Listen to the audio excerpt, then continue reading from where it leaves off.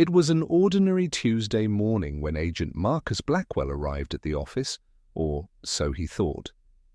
The city was still waking up, the air was crisp, a typical fall morning. Marcus stepped out of his car, the same car he'd parked in the same spot every day for the last 3 years.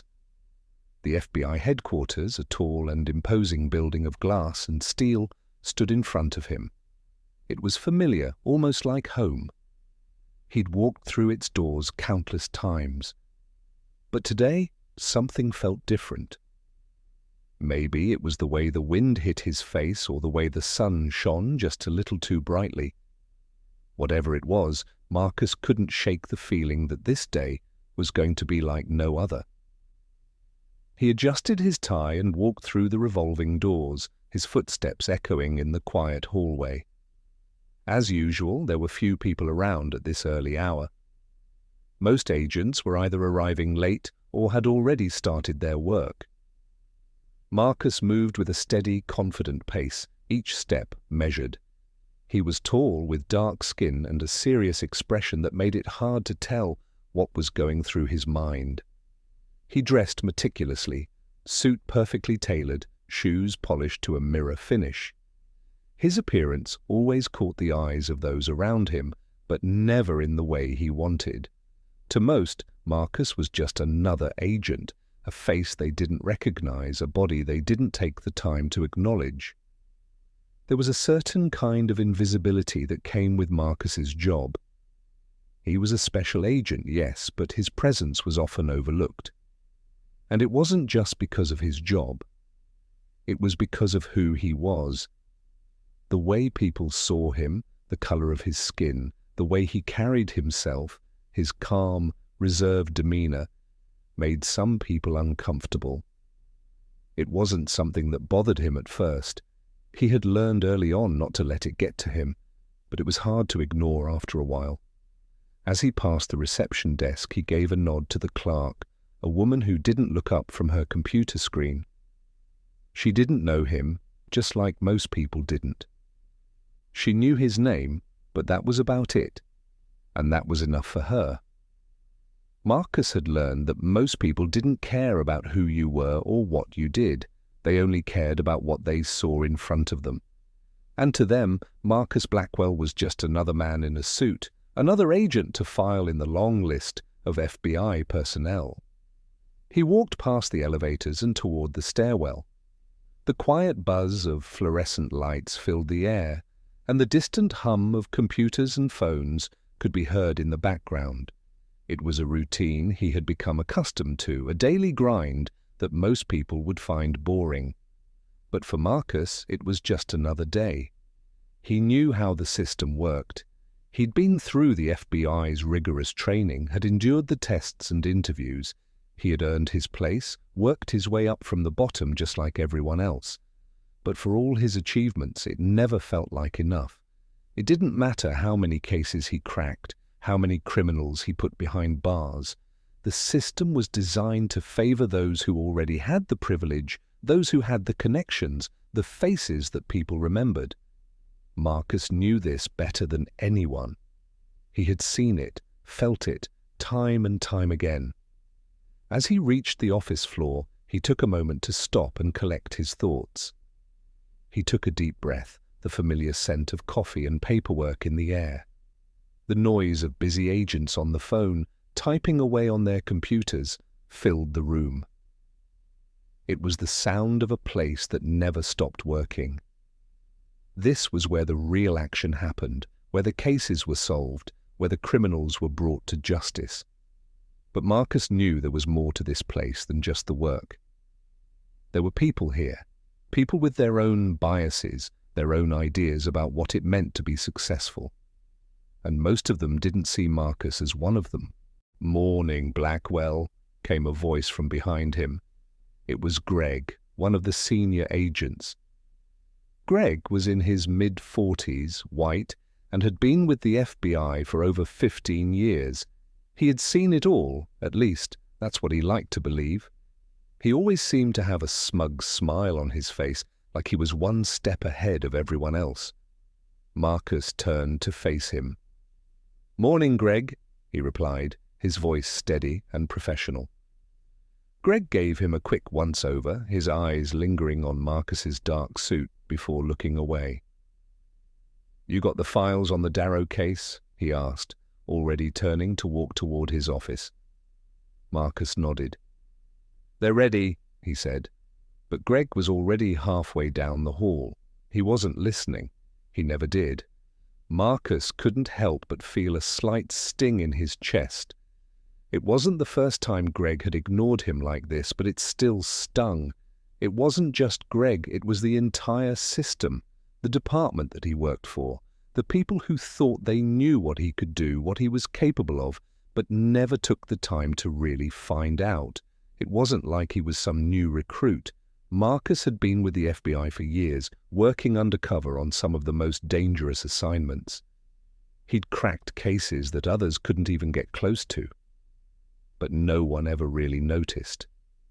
No one ever took the time to recognize the work he put in, the hours spent behind the scenes, the sacrifices he made. Marcus had learned to accept this. He wasn't in it for the glory or the recognition. He was in it because he had a job to do, and he was damn good at it. But today, it seemed like something was different. Something was off. The tension in the air was palpable. It wasn't just the usual weight of unnoticed work. It felt like something was brewing, something that had been quietly building for months. Something that, if it came to light, could change everything. Marcus shook off the feeling and walked toward his desk. The day was just starting and he had work to do. He couldn't let distractions get in the way. He opened his computer and started scanning through the latest reports. His mind focused on the case at hand, blocking out the noise of the office. But even as he worked, he couldn't shake the feeling that today was going to be different. Today, he would be noticed. Little did he know today would be the day his secret would come to light. The secret that, if revealed, could shatter everything. Marcus had been keeping something hidden for a long time, something that no one could have ever guessed, not even Greg, not even the people who thought they knew him. And when the truth finally came out, it would leave everyone in shock. But Marcus wasn't worried about that. He was ready to show them who he really was, ready to make them regret ever doubting him. Marcus had learned early in his career to walk in silence, to let his actions speak louder than his words. In a world full of noise, silence had always been his strongest weapon. He knew what people saw when they looked at him, what they assumed. His appearance, his demeanor, his very presence, all of it seemed to suggest that he wasn't quite the same as the others. Marcus had dealt with Hunter before, and it was never pleasant. There was always tension between them, an unspoken rivalry that neither one of them ever acknowledged directly, but both knew was there. Hunter had always been dismissive of Marcus, perhaps because he saw him as an outsider, someone who didn't belong, someone who had risen too far, too fast, without paying the right dues. As Marcus approached the door, he saw Hunter stand tall, blocking the entrance with his arms crossed. The moment was familiar, yet somehow different. This wasn't just a random encounter, this was deliberate. This was something that had been building for a long time. Hunter eyed Marcus up and down, his gaze cold, as if he was deciding whether or not Marcus was worthy of being in his presence. "Where's your badge?" he sneered, his voice thick with contempt. Marcus didn't flinch. He stood tall and composed, his eyes meeting Hunter's with a calm intensity. He could feel the sting of Hunter's words, but he'd endured worse. He had heard worse, seen worse, done worse. This wasn't the first time someone had tried to belittle him, and it certainly wouldn't be the last. But there was something about Hunter's tone, something about the way he said those words, that made Marcus's pulse quicken just a little. "I'm here for the briefing," Marcus said, his voice steady. His eyes never left Hunter's, but there was something in his gaze now, something that told Hunter this wasn't going to go the way he expected. Hunter let out a low chuckle, the kind of chuckle that made Marcus's blood boil, but he didn't react. "I don't recognize you," Hunter said, his eyes narrowing with a mixture of disdain and amusement. "You don't belong here, Blackwell." There it was again, the word belong. As if Marcus, despite his accomplishments, despite his work ethic, wasn't truly part of this place. He wasn't one of them. He wasn't worthy of being here. It wasn't just Hunter's words, it was the look in his eyes, the way his posture shifted, as if Marcus was some kind of imposter in a place where he didn't deserve to be. The familiar sting of those words sank deeper into Marcus's chest. He had faced this kind of treatment before, but this time it felt different. This time it wasn't just about Hunter or the subtle dismissals he'd faced over the years. This time it was personal. Hunter wasn't just questioning Marcus's right to be here. He was questioning his very worth. Marcus didn't respond immediately. He knew better than to get into a confrontation with someone like Hunter. He'd learned long ago that when people like him tried to push you down, the best thing you could do was to rise above it. But something was different now. The air between them crackled with a tension that Marcus couldn't ignore. He stood there for a long moment, his hand resting on the door handle, his eyes never leaving Hunter's. "I'm an agent," Marcus said quietly, his voice filled with a calm authority that seemed to catch Hunter off guard. "I'm here for the briefing. You know who I am." Hunter's expression faltered for a moment, but only for a moment. Then, with a dismissive wave, he stepped aside. "Whatever," he muttered. "Just don't cause any trouble." Marcus walked past him without another word, but something inside him was different now. He had passed a test, but it wasn't the kind of test that made him feel victorious. It was the kind of test that made him question everything. What was it about people like Hunter? Why did they feel the need to hold others back? Was it because they feared someone who didn't fit the mold? Someone like Marcus, who had worked tirelessly to prove his worth, yet was still treated like he didn't belong? The question lingered in his mind as he stepped into the restricted area. And yet, in the back of his mind, something told him that this wouldn't be the last time he would face this kind of treatment. The real challenge was just beginning. The truth about Marcus Blackwell was still hidden, deep inside, buried beneath the quiet man that everyone overlooked. But today that truth was going to surface. And when it did, everyone would finally see who Marcus really was. And they would regret it. Days passed, and Marcus found himself facing the same old routine, but something had shifted. The familiar coldness of Officer David Hunter's presence had become more than just a daily irritation. It was a constant reminder of everything Marcus had worked to overcome. The whispers in the hallways, the sneers during briefings, the quiet mocking that followed him everywhere. He had learned to ignore it, or at least he had tried to. But as the days wore on, Marcus realized he could no longer tolerate the weight of the daily disrespect. It wasn't the words themselves that bothered him, it was the fact that they came from someone like Hunter, a man who had done nothing to earn the position he had. Hunter, with his constant attitude of superiority, treated Marcus like an outsider despite his success in the agency. Hunter's belittling remarks had become a part of Marcus's routine, just another small battle to fight. But what Marcus had once been able to ignore, he could no longer let slide. Marcus had always been patient. He had learned long ago that silence was often the most powerful response. He had endured years of unfair treatment, of being seen as less than he was. and for the longest time he had swallowed his frustration, held back his anger, and focused on his work. But now something inside him was beginning to crack. The years of quiet endurance were starting to wear thin, and the realization dawned on him. He was done being invisible. He was done being underestimated. The more Marcus thought about Hunter's behavior, the more it made him wonder. Why was it that someone like Hunter, who seemed to have so little to offer in terms of skill or merit, had so much power? Why did people like Hunter continue to thrive while others, like him, were forced to work twice as hard for half the recognition? It was a question that had lingered in Marcus's mind for years, but now it felt different.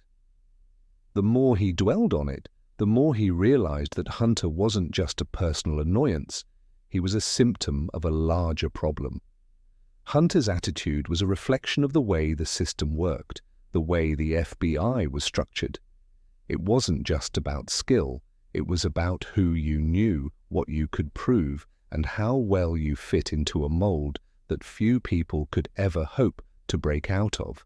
But Marcus wasn't like most people, and that in itself was both a blessing and a curse. As the days went by, Marcus found himself more and more frustrated with Hunter's petty behavior. Every morning, as he walked into the office, there was Hunter standing guard like some kind of gatekeeper.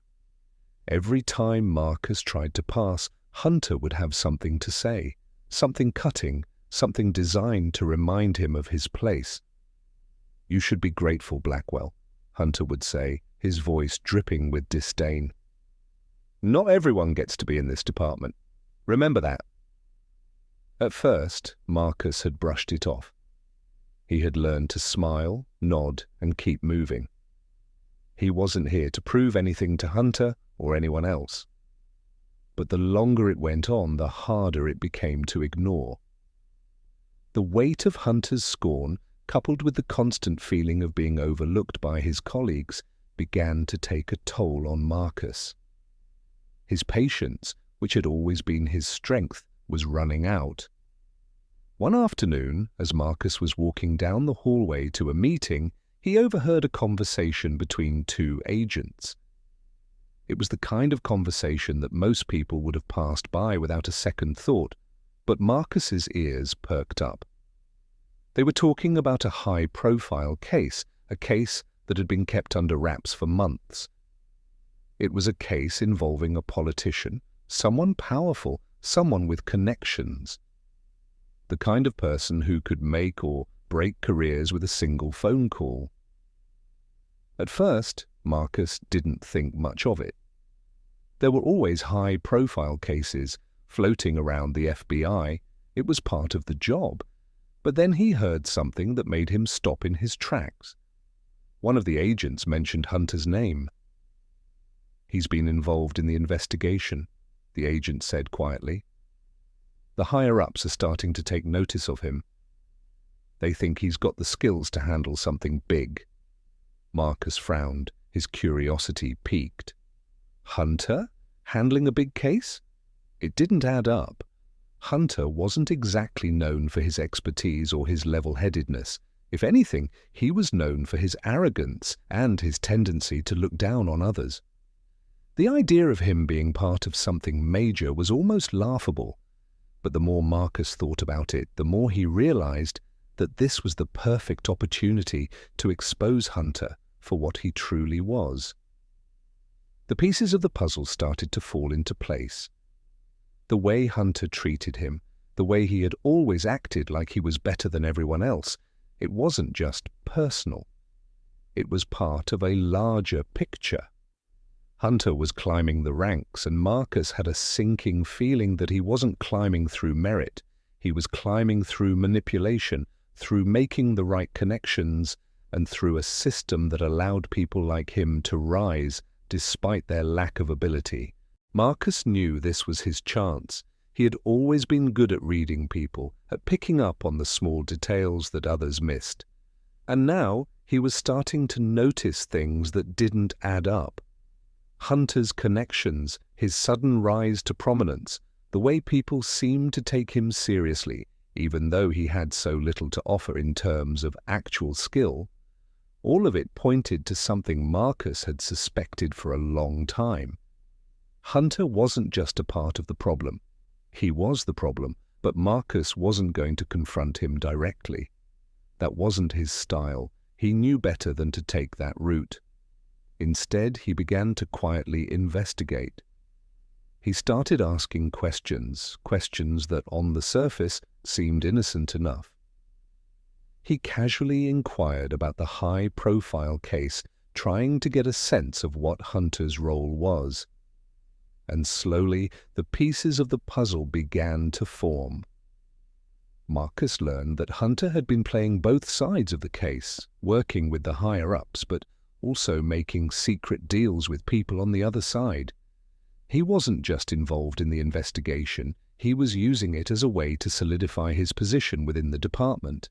He had made connections with powerful people, and now he was using those connections to climb higher, to push others down, and to secure his place in the agency. It was exactly what Marcus had suspected all along, but now he had the proof. And with that proof, everything was about to change. Marcus knew he couldn't let this go. He had been quiet for too long. He had endured the mocking, the belittling, the constant disrespect. But now he had the power to expose Hunter for who he really was. He had the truth, and with it, he could finally take control of the situation. But he also knew this wouldn't be easy. Hunter had powerful allies, and going against him would be risky.